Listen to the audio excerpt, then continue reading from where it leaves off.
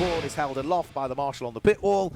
Red lights will come on the gantry, which they do now, and they're off very quickly indeed. And it's not a bad start from Oliver Smith, but Stuart Dayburn in the second phase gets the TVR almost alongside the Beamer. But it's going to be Oliver Smith that will lead as they head round through turn one for the first time. Ollie Smith leads, Stuart Dayburn in second place, Matt Holborn at the wheel of the light blue TVR Tuscan sitting there in third place, Mark Chilton in fourth, but diving up the inside comes Nick Hamilton, who is up into fifth position. Lock breaks from Chris Boone at the wheel of the Jag XJS, but they are all safely through the first couple of corners and starting to build the speeds as they head round through Church, and then particularly down the fast sections of the circuit that bring them up towards the braking area for Rocket Inn, where they're going. Ollie Smith in almost the bronze coloured BMW leading the way as they head through Rocket Inn up towards Rocket Out. Stuart Dayburn with him in second position. We saw Stuart finish second in the two races that he had yesterday. Might be able to pick up a win, and that's a spin for Colin Philpott, I'm afraid. The Jag XJS facing backwards in the blind spot at Rocket. So yeah, cars to drivers right, cars to drivers left. Stricken in the middle of the circuit is him, and also stricken. Did I not see Roger Hamilton? Roger Hamilton, yeah. He had a terrible start, and well, a bit of off-roading and a bit hanging off of Colin Philpott's car. So I think it's fair to assume that there's been contact between the Jaguar and the Ginetta. There's a bit of a size difference between the two, so I'm surprised the Ginetta's not absolutely obliterated by that, because we didn't see the incident, so we don't know how big an impact it was. But I mean, hopefully everybody is okay. Of course, Colin Philpott is driving again. We hope that all drivers are all right, because that would have been quite a scary moment to go through. I can see that Mr. Hamilton's out of his car, so he at least is all right. But the car certainly not going any further. He had a pretty bad start, and I think Colin Philpott will be flagged to come in pretty quickly following that. Hopefully the bodywork, it's sort of just the plastic sill cover, or the fiberglass sill cover that's hanging off it, so it's not ideal, but hopefully it will part company with the car ideally, and then it would save Colin having to come in. Otherwise the scrutineers might want to bring that car in for what will be the lead of the race. Oliver Smith is under pressure now. Matt Holborn is behind him, and the reason that Matt Holborn is behind him is because it is Stuart Dayburn that has picked up the lead of the race now. The grey TVR leads, the BMW down into second place. There is one of our brave marshals heading out at the banking to pick up bits of either bodywork, or I'm not sure if that was a corner marker that he was picking up, but over the start-finish line come the leading trio. Stuart Dayburn leads the way, Ollie Smith second, Matt Holborn third, and a huge gap back to fourth place at the moment, doing a really good job, isn't he? Nick Hamilton in the little 1.8 litre Zetec engine Ginetta G20 is holding off the 5 litre Porsche 928 that sits behind. Absolutely amazing stuff. I suspect that item that the incredible marshal was picking up was the trailing bit of Colin Philpott's car. I'm just watching the Jaguar getting really squiggly coming out of course, and yes, that piece of bodywork is no longer there. So that was indeed, that has now detached itself and now out of harm's way, which is good to see. And Colin Philpott is getting back up to pace, so no long-lasting damage there. Into the pit comes the 152. From 152 Lotus Elise, that sounded a bit rattly as well. So, oh dear, that's the car that had to go backwards. You know, these cars are bringing the engineer to go forwards fairly well. They don't like going backwards generally. No, I mean that sounded quite cammy as it came into the pit lane. Providing that's the original engine, which it should be based on the regulations, that would be a K-Sport engine, wouldn't it? A Rover K-Series engine would be in that one. Up towards the braking area for Rocket, diving from a long way back comes the other Ginetta that we've got in the field, which is Luke Plummer, the number 16 car, through and ahead of Jamie Sturgis's beautiful looking period liveried BMW 5 Series. Luke Plummer was another retiree from yesterday, so he's come from something like 27th, 26th position on the grid, up to 12th. So that's impressive stuff, considering they've only done 3 laps so far. Yeah, absolutely amazing stuff. Also good to see is the Whelan and Farrell Porsche is going well. That was a bit sick yesterday, unfortunately, but it's good to see that back out there. Now, one thing that I waxed lyrical about yesterday was the look of these cars. They look absolutely incredible. The sounds as well are fabulous, and in this field, I make no apology for saying it's one of my favourite sounding cars of the entire club, and it's Chris Boone's Jaguar XK8. It has such an incredible earth-shattering roar, and I absolutely love it. They all sound amazing, but that car in particular, you know when that one's coming. An earth-shattering roar with a side of supercharger. Yes, with a scream of supercharger mixed in. A good match. Stuart Dayburn, last time through, the race leader, popped in the fastest lap of the race that we've seen so far. 1 minute 14.283, 1:14.283. That is already 0.2 of a second quicker than the fastest lap he did yesterday. Wow. But Ollie Smith still isn't far behind. This is what we found yesterday, was that Stuart Dayburn and Ollie Smith were just locked in that incredible battle. Now, of course, as we've said, Ollie Smith has got 5 seconds more penalty than Stuart Dayburn has to contend with. I wondered if that was Colin Philpott going unnecessarily slow. No, that's because he was braking up for, that was up turn 7, so that's why he was slowing down. These big cats are amazing in the straight line. They're a bit of a handful to slow down. There, you just heard a bit of that roar. Can't quite get all the horses galloping. When you hear it down the back straight, it's just an incredible noise. I enjoyed very much the noise of it at Snetterton when on the start finish line, because they're going all the way from Murray's. An absolute full chat. It's wonderful. Can I offer you up another car that I'm hugely impressed with as well, because we didn't even see him yesterday. He had enormous problems with the car. It was clutch issues for him. The all-red TVR Tuscan, number 25 of Billy Thompson, yes, is now off the back of the grid, up into 7th position. So staggering run through the order from Billy Thompson. So yeah, up to 7th place, 28 seconds off the lead. But you think that he started pretty much dead last, wasn't he? Not quite. Yeah. In fact, he was dead last because Glyn Davis wasn't on the grid. Oh yes, good point. Yes, he was dead last. Although they did have one obstacle taken out with the removal of Keir Edmonds' Porsche, granted. But yeah, great effort then from Billy Thompson. If I remember, he hasn't had that Tuscan for too long. No. But he's going great guns in it. Again, something else that we see is when drivers do develop their cars, obviously within regulation, it's getting quicker and stronger and more confident with those cars, and the results here to see. And I just had a quick listen to that car as well. That sounds like the AJP8 engine that he's got in it. There were 2 different versions of the engine that were running the TVRs, one of which was the old Rover V8, the other one was the AJP8. We've got another retiree, I'm afraid, and this time we have lost Thomas White's BMW 325i. The E30 variant has pulled off the circuit. Sensible place to park as well for Thomas White. He's sort of stranded now. He can't get to a particular position of safety himself, but the car is well and truly out of harm's way, so should just be covered by localised yellows until he's on top of the barriers. It's a great spectator spot. Not that any spectator would be allowed to watch the race from there, but you get a great view of all the action one way and the other. Where's he going to go, though? It's not the safest sort of place to be, really, because you've got a 360 view that you need where he's parked that car. So we've got 2.5 minutes until the pit window opens. Stuart Dayburn continues to lead the way from Ollie Smith's Beamer that's there in 2nd position. 3rd place is Matt Holborn, and it is going to be the car of Nick Hamilton that's there in 4th place. Mark Chilton in the big 5-litre Porsche 928 Series 4 is there in 5th place, and the Marcus Manchula is up to 5th at the moment, which is in the hands of Matthew Lewis. That's the order of the top 6 before we enter the pit stop window, which is a couple of minutes away. Yeah, Matthew Lewis had an absolutely storming start in the Marcus Manchula, which was great to see. As we continue to watch on stream Billy Thompson's great charge towards actually the Marcus Manchula we've just mentioned. So that's a brewing battle for 6th place. Let's see what the lap times were last time around between the 2. Wow, so it's 1.5 seconds to Billy Thompson's favour there.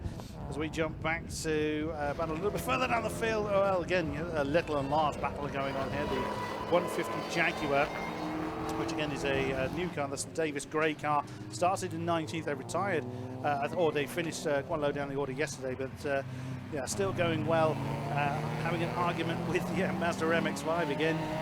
They're collecting misery, as we've said, with leader Stuart Dayburn mixed in there for good measure as well. Yes, Stuart Dayburn having to work his way through the traffic, can't really afford to lose time as he carts his way past the Matthew Davis and Damian Gray XJR6, the big supercharged Jag Saloon. He'll also be conscious that, if he does lose time through the traffic, that Ollie Smith will be able to pounce very quickly on him. Ollie Smith also with that same amount of traffic to deal with, also has to deal with the Hannah Bryan stroke Kevin Hewer Metro as they come out of the banking. I don't think we ever did receive starting drivers for this particular race. A quick refresh of email suggests no, we weren't notified as to who the starting drivers were. We're only 30 seconds away from the pit window opening as well, so Chris Buxton is going to make his way downstairs in towards the pit lane area and maybe try and chat to some of the drivers towards the sharp end of this race. There aren't many cars that are shared drivers, so the highest placed car that we have, where there is a driver pairing rather than solo drivers, is just outside of the top 10 in 11th at the moment, which is David Whelan and Aidan Farrell's glorious looking Porsche 993 RSR Cup car. So that's just heading over the start finish line. Colin Philpott at the wheel of his Jaguar XJS is still trying to make progress following his problems, where the Jag was tipped into a spin as a result of contact between itself and Roger Hamilton. So there is the Jag just heading up towards the banking now, the white and black and red machine. Another place gain that time through as he goes through and ahead of the BMW M525, the E28 of Jamie Sturgis. And the next of the cars that Colin Philpott is going to catch should be able to do with the extra grunt the Jag will have, because David Sharp's little Series 1 Lotus is the next of those cars ahead. The yellow car with the 2 green stripes down the centre of it, the car that's affectionately known as Eeyore. So in towards the braking area for Rocket goes that little pair of cars. Closing, ever closing, is Colin Philpott. And off at the top of Rocket, now is that the race leader? Stuart Dayburn, I think, has had a coming together with the Daniel Stewart and Ray Ingham Jaguar XJS. The Jag gets going. Oh, Stuart Dayburn's car is very battered. And you can see there's damage to all the front end of the TVR. And I'm afraid that that is going nowhere and is also not in a particularly safe position. It's a fast part of the circuit there, where the cars are going from the maximum speed that they would carry down to one of the slowest bits that they are doing. There's bits of bodywork on the track as well, and I think, yeah, we are going safety car. Not unsurprising. We go safety car just as the pit window opens, so common sense would tell you you need to dive for the pit lane now, would be what I would suggest, because we are certainly going to have a flurry of activity in the pit lane, because you need to pit under safety car. You'll minimise the effect that that will have on your race if you get the car in under safety car conditions rather than under green flag. So I think Chris Buxton is going to see an enormous influx of cars, and Ian, our cameraman down there as well, is going to be having to watch in all directions, because it's going to be a very busy pit lane as well. As for Stuart Dayburn, yeah, the slightly battered remains of the TVR remain there on the grass, pointing in the wrong direction, right at the top of the hill at Rocket. Not obvious that there's any suspension damage to the car, but the bonnet has all disappeared. I suspect there's radiator damage to the car as well, and I would imagine Stuart was a little bit shaken up as well there. Quite what happened between race leader and Jag XJS, didn't quite see, but it looks as though the number 28 car has largely got away with it. Can't see a great deal of damage on the Daniel Stewart Ray Ingham car, which was about to be lapped by the race leader. But with the safety car coming out, everybody diving for the pit lane now. So Mark Chilton is in at the wheel of his Porsche. In has come Nick Hamilton at the wheel of his Ginetta G20. In comes another G20, which is Luke Plummer's car. We've also got Billy Thompson in the red TVR Tuscan into the pit lane. David Sharp comes in. Colin Philpott comes in. Jamie Sturgis comes in. Ollie Smith comes in. Matt Holborn at the wheel of his TVR comes in. So not unsurprisingly, yet the pit lane is filling up, whilst Stuart Dayburn walks away from his TVR Tuscan. He did the right thing there, really, I think, Stuart, as well. Is that the car was in a dangerous place. It was a long way for him to get out of the car and then run for cover. So he remained behind the wheel of it until the safety car came out, and is now walking away, thankfully, from the car after what would have been a high-speed aspect of contact between himself and the Ray Ingham stroke Daniel Stewart Jaguar XJS. So pit lane full of cars. The one thing this does do is that it enormously helps those cars that had time penalties to serve, because they can serve those penalties as part of their regular pit stop. And if you are stationary for an extra 10 or 15 or 20 or 30 seconds, which is what all the pit lane penalties are for the likes of Matt Holborn, Stuart Dayburn, albeit he won't serve his Oliver Smith and Mark Chilton respectively, serving them under safety car means that you lose far less time. You're still stationary for the same amount of period of time, but you could leave the pit lane and then catch back up again with the group. So the net loss of track position is minimised by the safety car period, albeit for some of them, I think the safety car is going past now. Red lights are on at the end of the pit lane, so they might be held for a further lap. Difficulty also comes is that ideally the safety car should come out and pick up the race leader, but when the pit window's open, everybody pits at the same time, and it's pretty much impossible to pick up the race leader, because those cars that didn't pit last time under the safety car are all piling their way into the pit lane this time through. So in comes the Metro, in comes the Whelan and Farrell Porsche, in comes the red BMW 3 Series, which, well, the E30 BMW dives for the pit lane as well. So, and all of those cars that pitted on the previous lap now make their way back out onto the circuit this time through. So, pit stops all cycling through. There are a couple of cars that haven't pitted as yet. So car number 61, Rodney Frost, at the wheel of his Jaguar XJS, has not pitted as yet. And neither has Chris Boone at the wheel of the Jaguar XJ8. Those are the two cars that are just heading round through Church Corner now. And in theory, they will pick up the lead of the race. We've also got one of the Mazdas hasn't pitted as well, which is the number 33 Mazda has not pitted, which is going to be Stephen Robinson's car. That's the orange and blue machine, the Mark 1 Mazda MX-5. So the AFG recovery unit on the station, ready to scoop up the TVR Tuscan of Stuart Dayburn. Stuart was scheduled to have another race later on this afternoon, so subject to the damage that's been inflicted on the number 70 TVR Tuscan, we may or may not see that 5-litre V8 engine machine out later on today. I hope so, because Stuart has been quick all weekend. It's just unfortunate that as he was trying to put a lap on the XJS, that the two of them clearly wanted the same piece of tarmac at the same time. So, whilst he's out of the car and absolutely fine, the car needs scooping up out of the way. It's about to be winched onto the flatbed recovery unit. The circuit medical staff have just picked up Stuart. It was an impact incident, so he's got to go to the medical centre just for the regulatory checkup, which is a Motorsport UK requirement. In the result of an impact accident, you have to go and just have a quick checkup. So that's what he would do. But he walked away from the car. He was absolutely fine. Just no doubt rather disappointed with whatever went on up there. So clock continues to tick whilst we are under safety car. We've still got 23.5 minutes to go. And that means that we've still got about 8 minutes to go before the pit window closes. We say nearly everybody has pitted, other than those three cars that I mentioned. So the two Jags and the Mazda. Everybody else has been into the pit lane, and we still don't see Colin Philpott or Chris Boone pit this time through as well, so they both continue round. What about the blue Mazda? We'll have to wait and see. No, I don't think that pitted either. So whilst we're still under safety car, let's go down to the pit lane and Chris Buxton. A face we saw yesterday in the pre-race show. We have got one half of the 29 pairing. You're having fun in the Metro, aren't you? I am having fun in the Metro at my first time and wishing I'd gone testing, but it's an amazing circuit, and every time I go out I get faster, so that's what I want. I love it. That's always the thing, isn't it? Obviously the Metro is a bit down on power, but is it just a case of survival, just get used to how the car feels and races and what have you, or are you sort of really pushing to see what the car can do? The car is fast, the driver is currently not. So actually the car is faster than it looks. So the 944 down the straight, it's pretty much matching it. So it is just the driver that is the problem. So you'll see the times improve with Hewitt at the wheel rather than Brian. So yeah. I'm sure you're just being too modest, but will we see the wonderful Metro later in the year?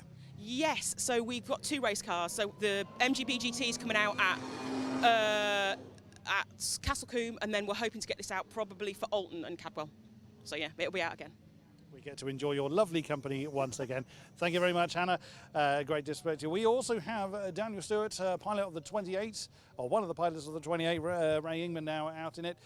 You had a bit of an altercation whilst out there, didn't you? Yes, I didn't know too much about it actually. I was coming up for the tight left hand, I think it's Croft, isn't it? And yeah, I heard a lock up and then got punted off. Yes, and the safety car's out now, so I hope he's okay. Well, I mean, everyone I believe is okay, but it doesn't look like there's a mark on the big cat, so they build them strong. Yeah, I think they might have hit the exhaust pipe, yeah, which we change anyway. So yeah, they are a strong old car. They're also a heavy old car as well, so they're quite hard to stop, which is probably what one of the problems was. But the car going well? You enjoying your time here? Yeah, it's a great weekend. The car's going really well. It's a lovely track, lovely club to race with. Yeah, I really enjoyed it. It's been a really good weekend. Is it a bit of a difficult beast to wield around, particularly the twisty part of Rocket and what have you? Yeah, but it's been going well this weekend. We've set it up nicely, and it doesn't feel like the boat it normally is. So we've enjoyed it. It's been good fun. Excellent. Great stuff. Thank you very much, Daniel Stewart, pilot of the 28 Jaguar. Back up to you, Mark, in the commentary box. Thanks a lot. Yeah, so clock continuing to tick. We've got a couple of the remaining cars coming in now. So Colin Philpott, South African, at the wheel of Jaguar XJS, heads into the pit lane. The man from Coventry at the wheel of the yellow and blue Jag, which is Chris Boone, also dives for the pit lane. So have we had in yet the other car that hadn't pitted, which was one of the Mazdas? Yes, we have, because that is in the pit lane as well.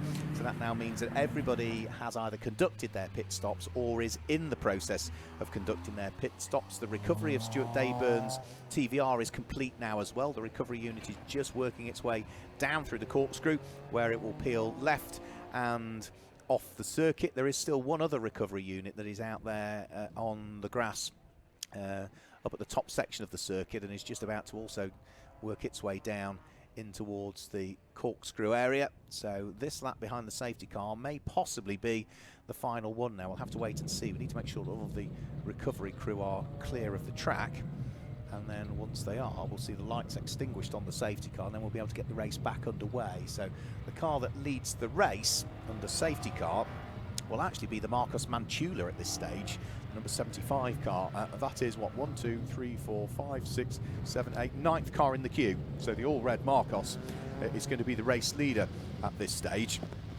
Second in the race is going to be the black Porsche of Mark Chilton, which is directly behind the Marcus Manchula. Third in the race is going to be the light blue TVR Tuscan, which is also right behind Mark Chilton. Next in the race is going to be Oliver Smith at the wheel of the bronze livery BMW, which is right behind the TVR.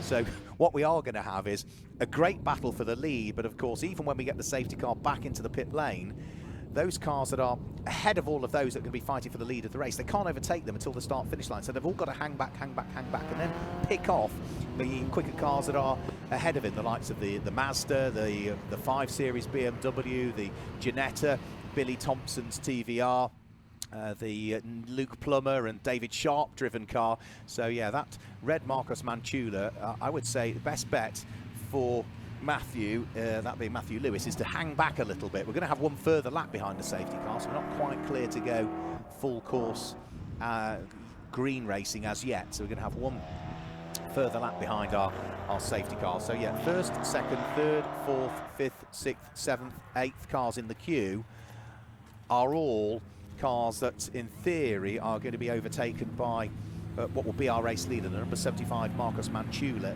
leading the way here. So let's run you down through the order, and as we've got another lap behind the safety car, gives me time to do it. So number 75, Matthew Lewis, leads the way under safety car conditions. Second in the race is number 79 Mark Chilton. Both of those cars run in the Advantage Motorsport Future Classics 1980s section of the race. Third in the race is going to be Matt Holborn, so he will be leading the Speedpanel A2 Modern Classics aspect of the race at the moment. So he is third in the race overall, car number 156. Fourth is number 36, which is Ollie Smith. Fifth is number 9, which is going to be Aidan Farrell behind the wheel now. The starting drivers arrived midway through this race. Sixth is Rodney Frost, late to pit, but I suspect that that is because of where those cars were before they fed their way back out into the pit lane and the race itself. So I'm not entirely convinced that Rodney Frost will be sixth by the end of the next lap. And we've also now got, by the look of things, the safety car waving everybody through. So we are going to shuffle the pack. So we do now have, quite rightly so, they don't always necessarily reorder the field, but we have done for this one. So we do now have the Marcos Manchula of Matthew Lewis as the first car behind the safety car. So we are going to see this great battle for the lead. So it is, yeah, 1, 2, 3, the first 4 cars behind the safety car are all first, second, third and fourth in the race respectively. So that is going to make it a really good final, what, 15 minutes or so. The lights are still on the safety car as it turns its way through Peel this time through. What's probably going to have to happen is those cars that have been released and waved by past the safety car will need to catch the back of the train again, and only when they've done so will we probably see the safety car peel its way into the pit lane. So the safety car will be working its way down through the corkscrew. The lights are still illuminated, so we'll have a further lap after this one. Ray Ingman brings the number 28 Hesketh livery Jag XJS into the pit lane. One could only assume, Chris Buxton, that's because maybe he's not entirely happy with it after the incident that brought about this safety car in the first place. I'm assuming it was the 28 car that Roger Hamilton bounced off of. No, that's when Stuart Dayburn bounced off. Oh, it was Stuart Dayburn that hit it, yeah. I must say, there's not a mark on the Jaguar. They're sturdy old beasts, the big cats, but yeah, Ray Ingman, well, he's only been in it about 20 seconds, and all is not well. Just looking down there, there's not a sort of flurry of activity. There's some attention going on to the right rear quarter, which will be a point of impact, but as someone's just ferreted underneath the car, Daniel Stewart has now gone over to have a word, but not a lot going on in that Jaguar. I suspect he's going to come in. Also, had a quick chat before he pushed his car off to the 69 car, Stephen Thompson. Gear linkage has broken on the Porsche, so he's got no gears, which was a shame because he was doing well. And there's the, somewhat worse off Tuscan. Yeah, so I think we might be good to get rid of the safety car at the end of this lap. Yeah, I also said I didn't think Rodney Frost and Chris Boone would remain in 6th and 7th because they pitted so late, and 2 laps into the safety car. It certainly looks as though they are in 6th and 7th place, so it's not been a bad performance for them. Lights are off on the safety car, so it is indeed the final lap under the safety car. So what can Matthew Lewis do at the wheel of his Marcus Manchula? 3.9 litre V8. It's the 5 litre V8 engined Porsche that sits behind of Mark Chilton. Then it is Matthew Holben's 4.5 litre V8 Tuscan that sits behind. He's got Ollie Smith's 3.2 litre 6-cylinder BMW that sits behind that, and all 4 of those are fighting over the lead battle in this one. And of course they've all bunched up because of the safety car. The big Porsche of Aidan Farrell is 5th, but he's got to hang back a little bit because he's got a Jag which is a lap adrift of him, so there's a bit of traffic he needs to deal with. So we get the race back underway, the leading 4 up towards turn number 1. Oliver Smith already nipping at the heels of Matt Holben's light blue TVR Tuscan as they head round through turn number 1 and up in towards the braking area for the banking, as Mark Chilton dives at the inside of Matthew Lewis and takes up the lead of the race. Matthew Lewis forced wide, through goes Oliver Smith and moves from 4th to 2nd since the start of this second aspect of the race. So Porsche from BMW, from Marcus from TVR, that's the leading 4 as they head out of Church Corner in a straight line. The Porsche is going to lose out to Ollie Smith's BMW, who's going to sneak his way through. Matt Holben at the wheel of the TVR also moves ahead of Matthew Lewis, so they've all swapped positions, and we're only halfway round the first lap of this restart. I did think Ollie Smith would do well, but he's gone very, very deep going into turn 7, and now Matt Holben skating around the outside of that beautiful Porsche. What a great move. So again, we have another Tuscan up front. Oh, as he nearly joins the BMW. Well, he integrates with the BMW into the boot, coming through turn 9. Wow, what a fantastic race we're seeing. Great start there from Matt Holben. But it does look like Ollie Smith's car is beginning to struggle a bit. Ollie Smith is, he's leading the way, so he's not struggling too much at the moment. Matt Holben is looking to try and keep him under pressure as the 2 of them head over the start-finish line. The gap between the pair of them was just less than half a second. They've completed 16 laps now, 12.5 minutes still remain.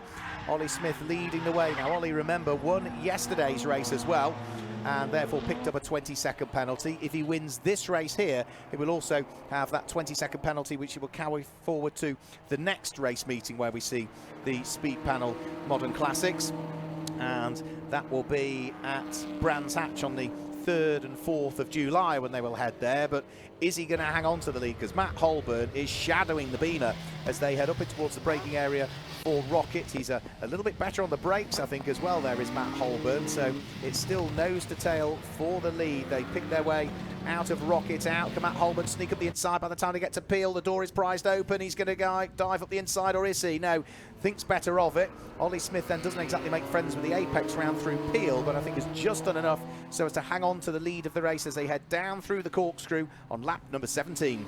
That BMW looks like it's just understeering everywhere, which is a bit of a surprise, because again, he was fending off Stuart Dayburn yesterday. He's fending off the other TVR I was mentioned of, Matt Holben. Doing well of it so far, but that Tuscan looks really ready to poise. Is he going to be able to overhaul the BMW along the back straight? We will see. I would say that as far as raw grunt is concerned, that does belong to the Tuscan, but locking up like that coming through the banking isn't going to help him. A little bit further back, there's Mark Chilton in the Porsche. And then you've got the pair of Jaguars there, one of them at least. We've lost a couple of our big cats throughout the course of the race, but still a few out there doing what they can to improve their position.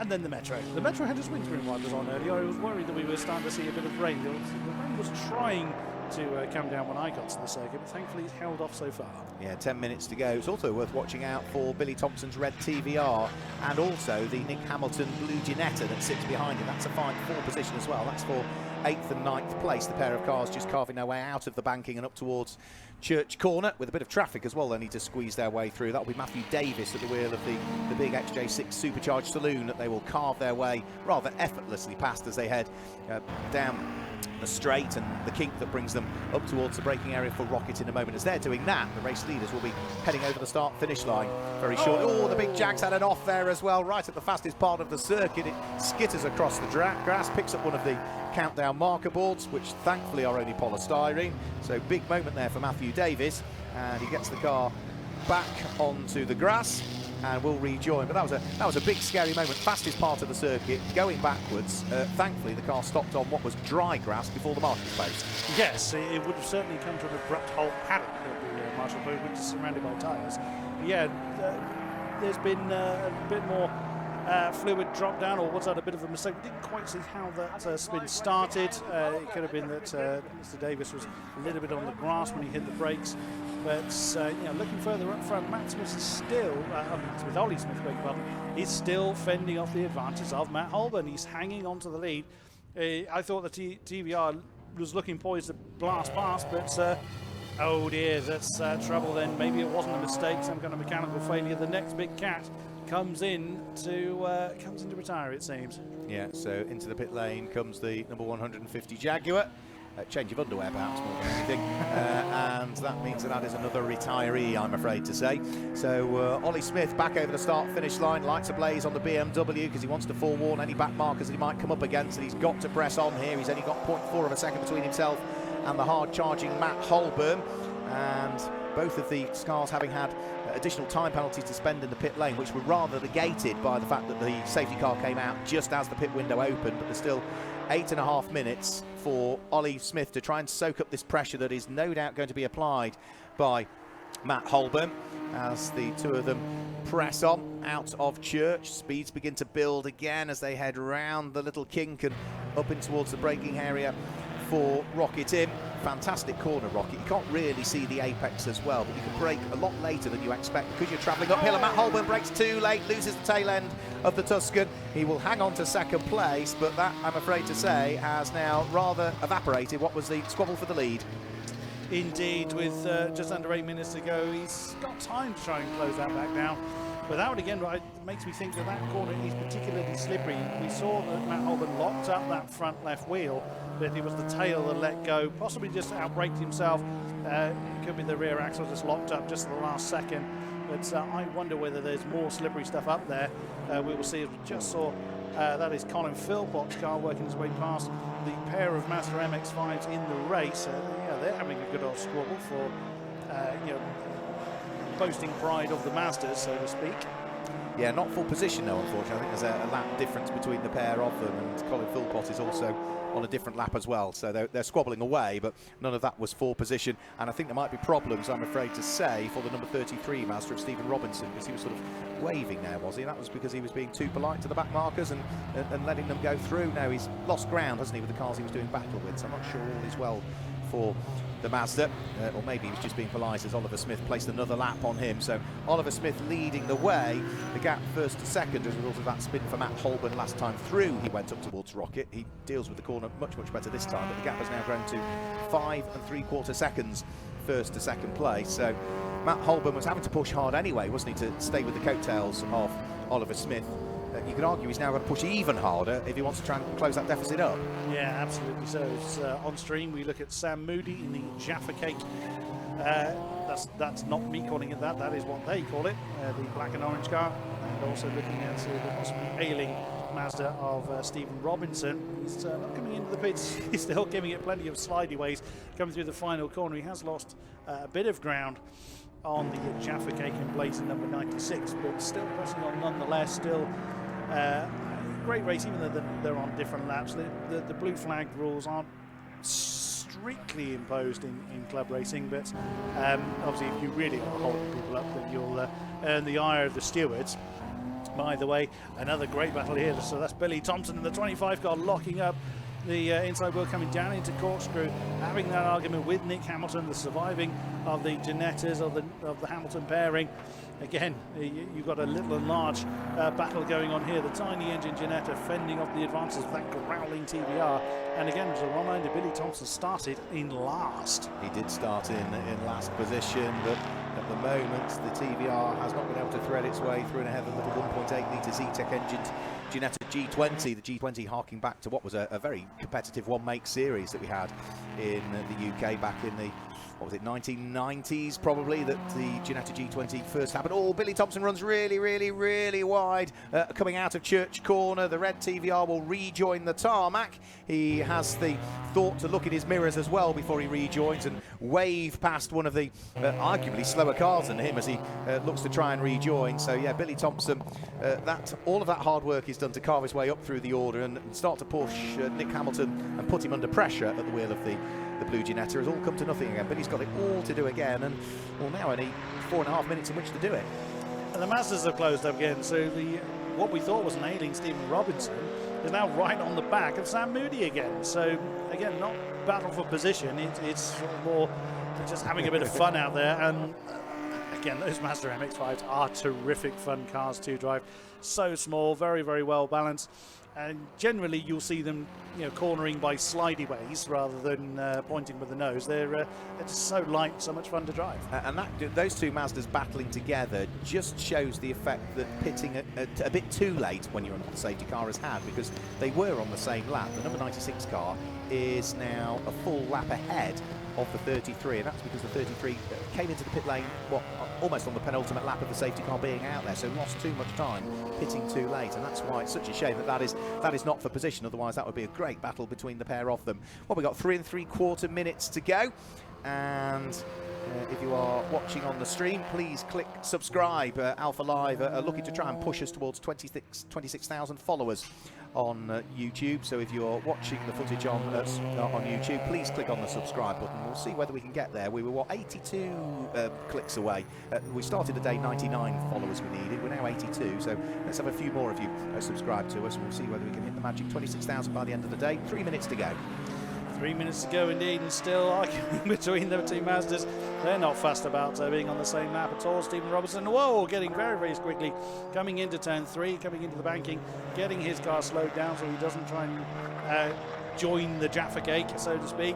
And still, it's not like Sam Moody's defending particularly hard, it's just that Stephen Robinson has yet to just overcome the number 96. You're not seeing big dives from Stephen Robinson, in fairness, but they're just having a good old argument between themselves. Look at that, staying in the slipstream. They're not particularly aerodynamically efficient cars, but they'll still gain a little bit. Again, they're so light on power, they'll gain any advantage they possibly can. But at the moment, it is still a 96 car remaining ahead of 33. Yeah, they've always been good little cars, the Mazda MX-5. I first drove one the year that they were launched at Millbrook Proving Ground, and yeah, absolutely loved it then. And then we briefly had, again in the 1990s, a one-make series, which was the factory-backed series, and then sadly that all disappeared, and it's only more recently where we've seen lots and lots of Mazdas racing again. Several championships you can race them in, but lots of series you can race them in as well. But it does look as though, again, just sensible driving by the 33. Stephen Robinson waving to the cars that are coming up behind him, who knows are quicker than him, to try and stay out of the way, and that sort of evaporated that little battle again, really.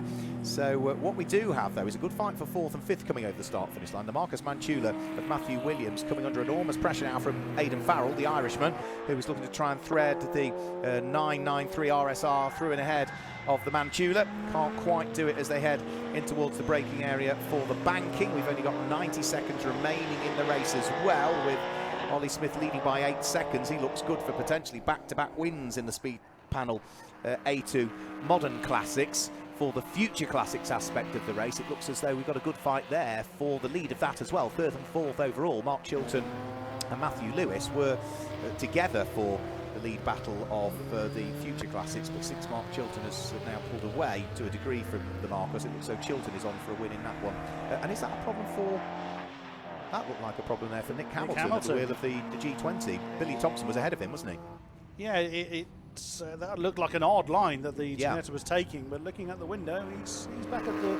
I wonder if he just made a mistake coming out of the banking, because he looks like he's back at to speed again, still keeping Billy Thompson's TVR in his sight. So it made me think he possibly had a bit of a bad run coming out of turn 3. Now, had to change for 4th and 5th place because Aidan Farrell has managed to squeeze the Porsche ahead of the Marcus Manchula, and they'll head over the start-finish line onto arguably what should be their last lap of the race, I think, this next time through, subject to where Ollie Smith is. He might just be able to squeeze a further one out. I think it's going to be nip and tuck stuff as to whether the bronze-coloured E36 M3, the 3.2 litre machine, will be able to complete one more lap after the one that he's on. He's just heading down through the corkscrew now. How many seconds to go? 10 seconds to go, 9 seconds to go. He's not quite going to do it, so up towards the final corner will come Ollie Smith, and towards the start-finish line, it's going to be really nip and tuck. Yeah, bag on, absolutely bag on. That was 39 minutes, 59.912 seconds, so arguably he could have done one further lap, but as the flagman, you can't work out what are 88 thousandths of a second, so no, out comes the checkered flag. Ollie Smith wins the race and wins the Speedpanel A2 Modern Classics section of the race. Matt Holborn finishes in 2nd place, 10 seconds adrift at the wheel of his TVR. Wait the arrival of Mark Chilton, the Porsche 928 should be carving its way down through the top section of the circuit and in towards the braking area for the corkscrew for the final time. Under pressure though from Aidan Farrell, so Aidan Farrell has managed to catch up, but even if Aidan Farrell in the 993 goes through, Mark Chilton would still scoop up the win for the Advantage Motorsport Future Classics 1980s group, and Chilton will hang on to it anyway. So over the start finish line goes Mark Chilton. He finishes in 3rd position. Aidan Farrell and David Whelan's Porsche there in 4th place. Matthew Lewis is through to finish in 5th place, the second of the Advantage Motorsport Future Classics cars home. And who's going to finish in 6th place? It should be Rodney Frost, who does come through as the leading Jag home in the end to finish in 6th position. And hats off also to Billy Thompson, who had a great race from the tail end of the field, made a small mistake, dropped back down through the order, but he come through to finish in 8th place from the back of the grid. And also Luke Plummer as well, who finishes inside the top 10, another driver that came off the very, very tail end of the field in that combined race for the Speedpanel A2 Modern Classics and the Advantage Motorsport Future Classics 1980s group. So twice a race winner this weekend. Ollie Smith in the immaculately prepared BMW 36 M3 works his way round, waving to the crowd, waving to the marshals and thanking them for their hard work. He will be heading in towards Parc Fermé shortly, where he will have a chat to Chris Buxton, who has made his way back down there. We've got one more race to come up prior to our lunch break here at Anglesey. That will be for the first race this weekend of the Gold Arts Magnificent Sevens. They weren't with us yesterday, so let's confirm our results then. It is a win for Ollie Smith. In 2nd place was Matt Holborn, and 3rd place goes the way of Mark Chilton. It was David Whelan and Aidan Farrell that finished in 4th place, ahead of Matthew Lewis and Rodney Frost in 5th and 6th place. Chris Boone finished in 7th place with Billy Thompson off the back of the grid in 8th. Nick Hamilton in 9th wins his class, and Luke Plummer is completing the top 10, the first of the cars that were not on the lead laps. In 11th position, we should see coming through in 11th position, should be Jamie Sturgis that's there in 11th place, as and when we can flick the graphic over to see who is there in 11th place. Colin Philpott is in 12th place with David Sharp in 13th, and in 14th place, that's where we see the number 54 car of Michael Bentley and Tim Kitson. 15th place goes the way of 96, which is Sam Moody. 16th place is Stephen Robinson. 17th place is the Little Metro as well of Hannah Bryan, who shared with Kevin Hewer, and then in 18th place it's Connor 150, Matthew Davies and Damien Gray, with Daniel Stewart and Ray Ingman and Stuart Dayburn and everybody from there on backwards all being retirees or non-starters in the Speedpanel A2 Modern Classics and Advantage Motorsport Future Classics 1980s group. So the cars are heading in towards the Parc Fermé area. We will hopefully get the opportunity to chat to the top 3 cars, albeit I can't see where Ollie Smith has gone. I could see Matt Holborn's car, I could see Mark Chilton's car, but the one car I can't see is the race winner's car, which is not within sight of what I can see down there. So we'll certainly see as to who we might be able to pick up, who we might be able to chat with, and what is a beautiful day. The sea looking so calm here today. It was a little bit choppy yesterday. We had nice weather, but there was a bit more of a breeze yesterday, but it's beautifully calm here today, and what is just a fantastic circuit. Maybe get to visit it once a year, once every couple of years, Anglesey, but every time you come, if the weather is nice, I absolutely love this place. The backdrop of the sea and the backdrop of the Snowdonia National Park is always wonderful to see. So let's go downstairs and chat to some of our drivers from the race we've just seen. Down in the winner's circle, the mighty bronze BMW of Ollie Smith has taken top honours again. He was a little bit caught up trying to get back here to the winner's circles. We'll give him a chance to get out of the car and get his lid off. But two people we definitely want to have a chat with are second and third. Matt Holborn. Afternoon, sir. The beautiful Golf Tuscan doth do you well. So third, fourth and second has essentially been, so qualifying third, starting fourth today, finishing second now. Excellent run, bravo. No, it was a great race. Thoroughly enjoyed it. Hats off to Mr. Smith. Ducked up the inside again. Well done. Great race. There we go. It goes to show the camaraderie that we see here in the CSCC. But I mean, God, you definitely gave him a good run for your money, though. I mean, was trying and then got a little bit caught up in traffic, and he got away from me. But I thought there were a couple of laps where we were very, very close, and I was hoping to hang on to him a bit more. But as I say, lost in traffic. Next time. We're not for the spin up at the top there. I was hoping you weren't going to see that. I'm sorry, but yes, we did. Was that just a bit late at the brakes, or was it very slippery up there? Because a few people have made mistakes up there. There was a little bit of debris from, unfortunately, Stuart's contretemps, and I think I just caught a little bit too much of that. Probably going a little bit too hot as well, but yeah. Had a spin, but managed to gather it up, and off we went again. It was great. Thank you very much, Matt Holborn, pilot of the 156, beautiful golf liveried Tuscan. Mr. Chilton, we get a chance to speak to you again. Hello to you. Well, you said you brought the Porsche for a bit of fun. It's seen you on the podium. Well, anyone and everyone who I speak to just says you should use it every meeting. It's the old faithful. It's a glutton for punishment with the old Nissan. But, yeah, it's a bit of a strange race, and there's a few incidents, wasn't there? But it was good overall. Does the safety car put you off a bit, or does that disrupt the kind of flow and rhythm, or do you just not really think about it and just focus on what you're doing? I think usually when I pit under the safety car, it doesn't go my way, but for once it did today. Yeah, it was a good race. It didn't look very close, but every time the markers got a bit closer, I thought I better try and push on a bit more. So it was good fun. Finished for once as well. So will we be seeing either Porsche or Nissan later in the year? It's going to be the Nissan at Spa, and then I think we'll take this to Castle Combe, so the noise limit's there. So yeah, definitely be out in both of them. Brilliant. We very much look forward to it. Thank you very much, Mark Chilton, pilot of the 79 Porsche. But we've got to have a chat with our race dominator again as the Magnificent Sevens are getting ready to go underway. Mr. Smith.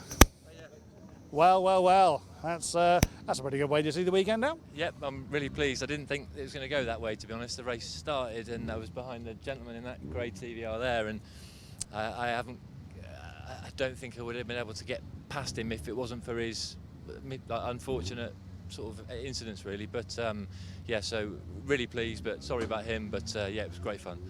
And then you had Matt Holborn's Tuscan, so you must have think, good grief, I need to get away from the TVR somehow. But you just, it did look like a bit understeery in the top there towards the tail end there. Was it really struggling? Yeah, I think the tyres were probably a bit marginal yesterday. I've tried to be cheap, which never works, so I'm running on old tyres, and yeah, it's just having to work a bit harder. But yeah, really good fun. Yeah, we're very much looking forward to seeing you again. Thank you very much, Oliver Smith. The Goddard's Magnificent Sevens have their first race of the weekend. They've now left the holding area, back up to the commentary box to see how well the Mag 7s do at this wonderful circuit.